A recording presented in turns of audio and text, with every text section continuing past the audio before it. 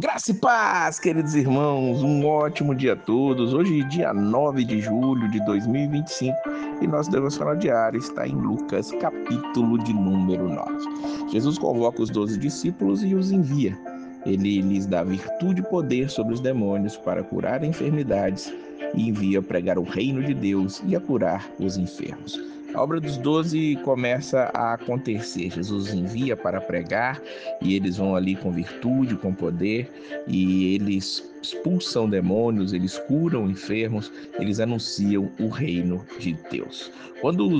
Isso está sendo dito aqui do versículo 1 até o versículo de número 6, e nós vamos ver que no versículo 10 eles regressam. Quando eles regressam, eles contam tudo o que tinham feito e Jesus toma eles consigo, diz o versículo de número 10, e os leva para um lugar deserto, uma cidade chamada Betsaida. Só que a multidão saiu atrás dele e os recebeu. E aqui nós vamos ver a famosa passagem, lendo até o versículo 17, onde Jesus ele multiplica os pães. Depois que Jesus está ali falando do reino de Deus para aquela grande multidão, os 12 que tinham acabado de chegar naquela obra maravilhosa, eles dizem para Jesus, versículo 12, despede a multidão para que indo aos lugares e aldeias em redor, se agasalhem e achem que comer, porque aqui estamos no lugar deserto. Jesus diz para ele, dá-lhes voz de comer. E eles disseram, não temos nada, Senhor, senão 5 pães e 2 peixes. Mas aquilo era o necessário para que Jesus pudesse fazer um milagre. E aí Jesus, ele toma aqueles 5 pães, toma os 2 peixes, ele olha para o céu, abençoa, parte e dá aos seus discípulos para porem diante da multidão.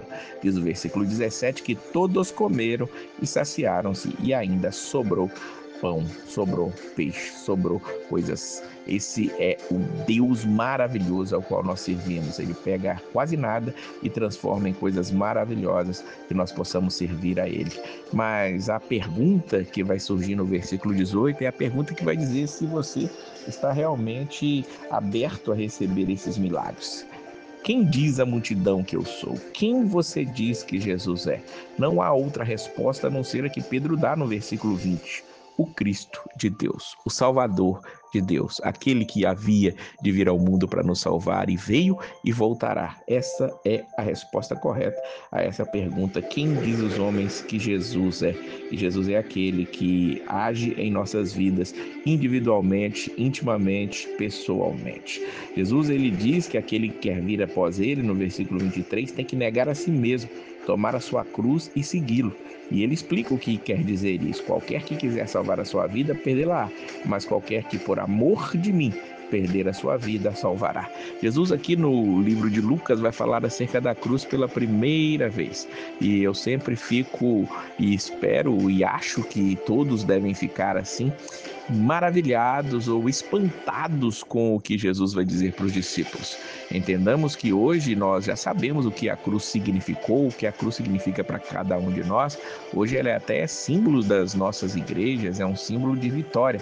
Porém, naquele momento que Jesus fala aquilo, não podemos esquecer que era o símbolo de maior tortura, maior vergonha, maior humilhação que o Império Romano usava para estar ali prendendo, matando e mostrando todo o seu poderio, mostrando que quem se visse contra Roma seria ali morto realmente da pior maneira possível. E Jesus usa esse símbolo para dizer, negue-se a si mesmo, tome a sua cruz e siga-me. Então, Jesus está dizendo, pegar a cruz é você negar a si mesmo, é você perder a sua vida por amor dele. Isso é você tomar a sua cruz a cada dia. Um pouco mais para baixo, no versículo 44, Jesus ele vai dizer, deixar muito mais claro sobre essa questão da cruz no caso dele mesmo. Ele diz, porque o Filho do Homem será entregue nas mãos dos homens, mas eles não entendiam essa palavra que lhes era encoberta, para que a não compreendesse, e temiam interrogá-la acerca desta palavra.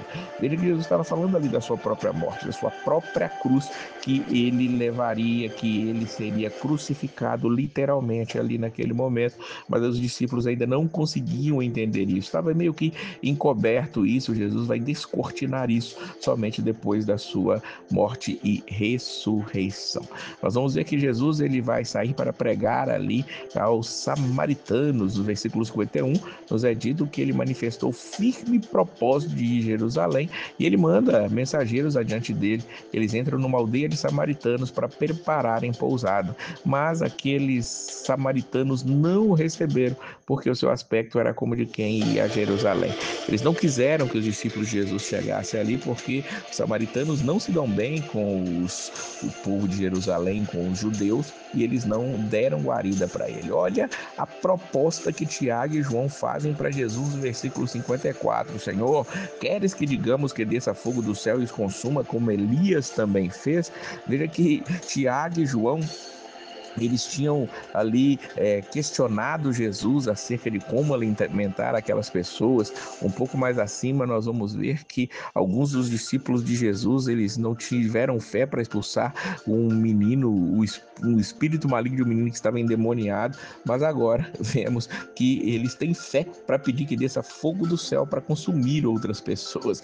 Mas Jesus, ele diz para eles no versículo 55: vós não sabeis de que espírito sois. O Filho do Homem não veio para destruir as almas dos homens, mas para salvá-las, é o que diz a palavra de Deus. Jesus veio para salvar, não para destruir, não para mandar fogo do céu. Pelo menos naquele momento não era essa a situação que deveria acontecer. Eles vieram para levar a palavra, levar o reino, curar os enfermos, expulsar os demônios, não para mandar fogo sobre as pessoas. Que nós também possamos entender que a misericórdia de Deus ainda está de pé e ela ficará em vigor até que o último escolhido dele seja chamado, que nós possamos aproveitar as oportunidades e correr para os braços dele. Esse capítulo é muito extenso, tem muitas outras mensagens aqui, nosso tempo é muito curto para isso, mas eu queria que você te encorajar a ter lido esse capítulo e fazer perguntas, fazer algum comentário no YouTube ou no grupo do WhatsApp onde você está ouvindo isso, para que nós possamos